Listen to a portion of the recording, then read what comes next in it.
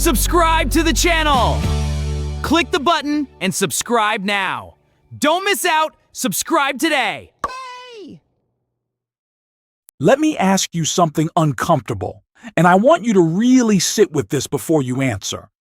How many miles are you actually running per week right now? Not what you planned, not what you told your friend at the office, what you actually did.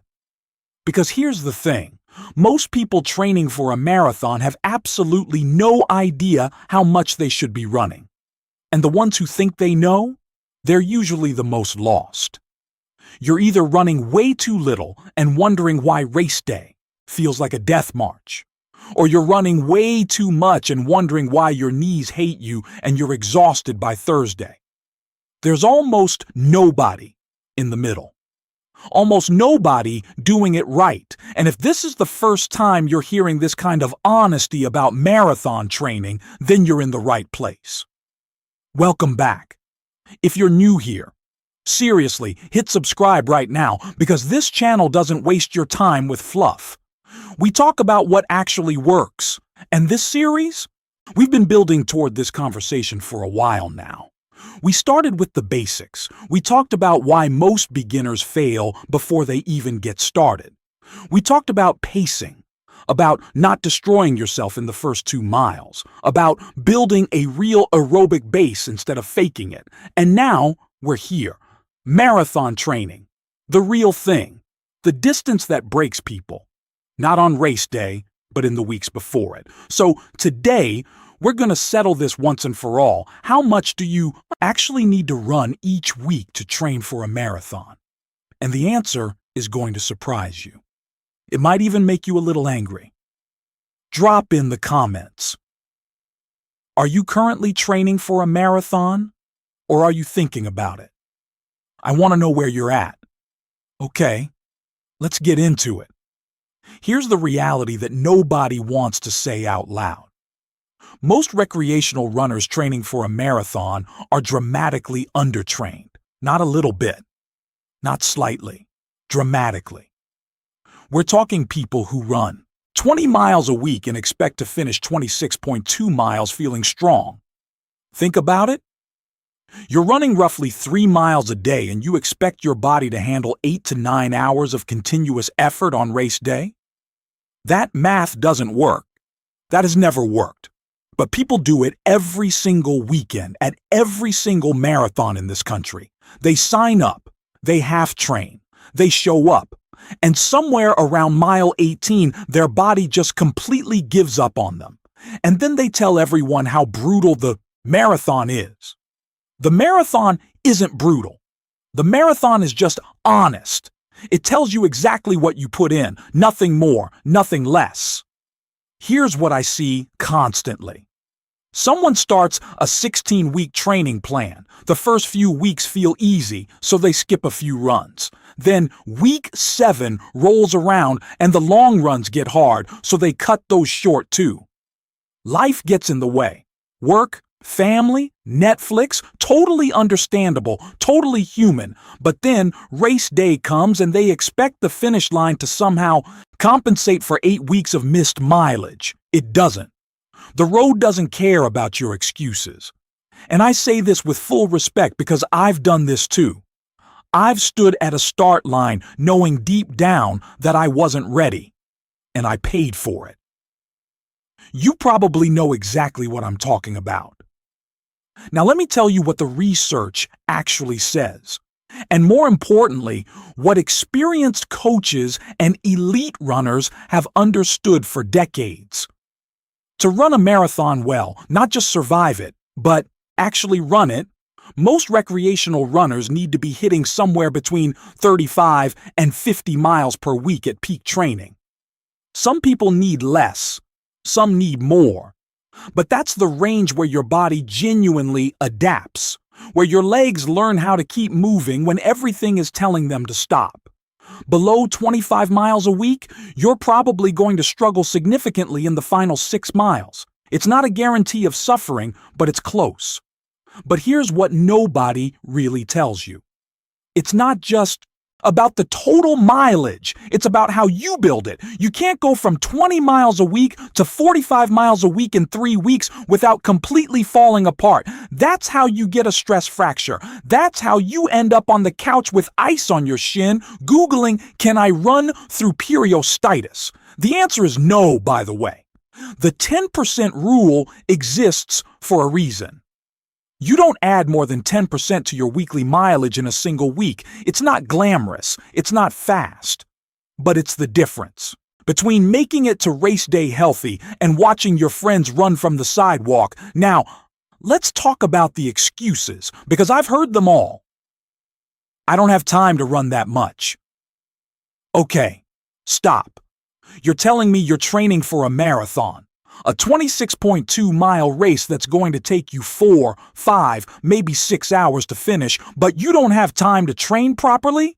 You found the time to sign up. You found the time to buy new shoes and a GPS watch and probably a foam roller you've used twice.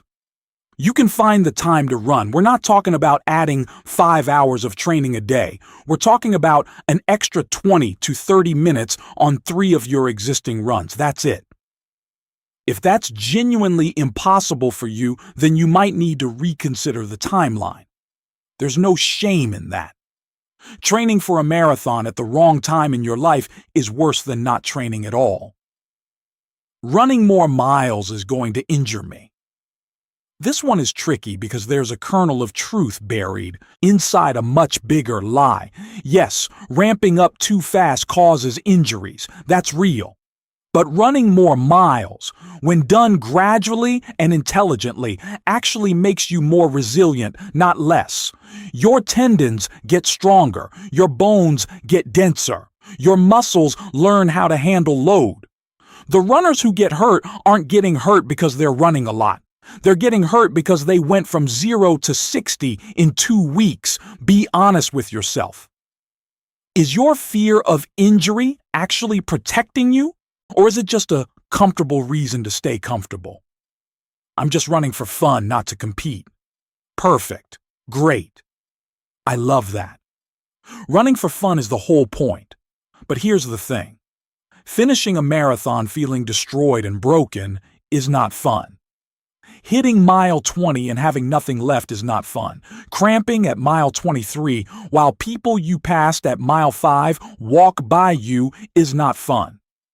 You know what is fun? Feeling strong at mile 18, because you actually trained for this. Crossing the finish line. Feeling proud instead of wrecked. That's available to you. But it requires doing the work. Running for fun doesn't mean training randomly. It means giving yourself the gift of being prepared. There's just one detail that changes everything. Consistency. Not one perfect week of training, not a heroic 20-mile-long run that destroys you and takes 10 days to recover from. Consistency, week after week of solid, boring, unglamorous work. That's the secret. And it's not even a secret. It's just uncomfortable because it requires sustained effort instead of one big dramatic gesture. So what does a realistic, actually effective weekly mileage breakdown look like? Here's what works for most recreational marathon runners with an 18 to 20 week training plan. In the first 4 weeks, you're building your base. You should be running 4 to 5 days a week, totaling somewhere between 25 and 35 miles. Easy pace, mostly. No heroics. Your body is adapting. Let it. Weeks 5 through 10, you're in the development phase. Mileage climbs toward 35 to 45 miles. Your long run starts getting real. We're talking 14, 16, 18 miles. You're going to feel tired. Good. That's the adaptation response. That's your body getting stronger. Weeks 11 through 16, you're in peak training. This is where the work gets done. 40 to 50 miles a week for most people. Your long run peaks around 20 to 22 miles. And this is something a lot of first-timers mess up badly, the last 2 to 3 weeks, you taper. You run less. On purpose. You rest. You let your body absorb everything you've done. Most runners freak out during taper and start running extra miles because they feel like they're losing fitness. You're not losing fitness, you're banking it. The taper is where the marathon is actually won or lost. Now tell me, have you ever done a real taper, or did you keep training hard all the way to race week? Drop that in the comments. I genuinely want to know. Let me tell you about a guy I know. We'll call him David, because that's his name. David ran his first marathon on 22 miles a week of training. He survived. Barely. He walked from mile 19 to the finish.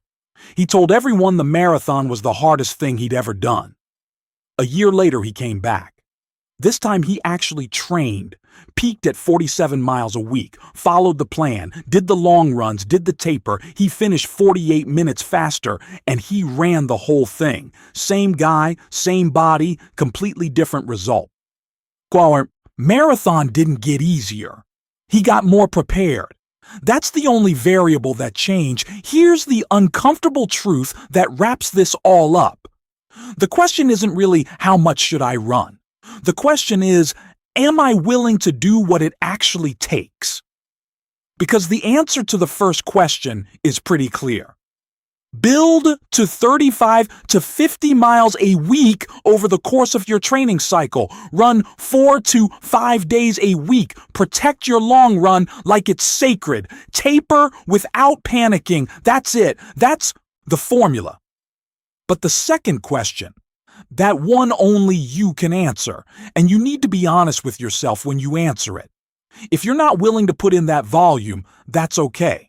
You can still run a marathon. But you're going to struggle, and you're going to have to accept that. What you can't do is train at 20 miles a week and expect a 25 miles a week result. The road will tell you the truth even when you won't tell it to yourself. So here's where I want you to land after this video. Take a look at your current weekly mileage. Be honest.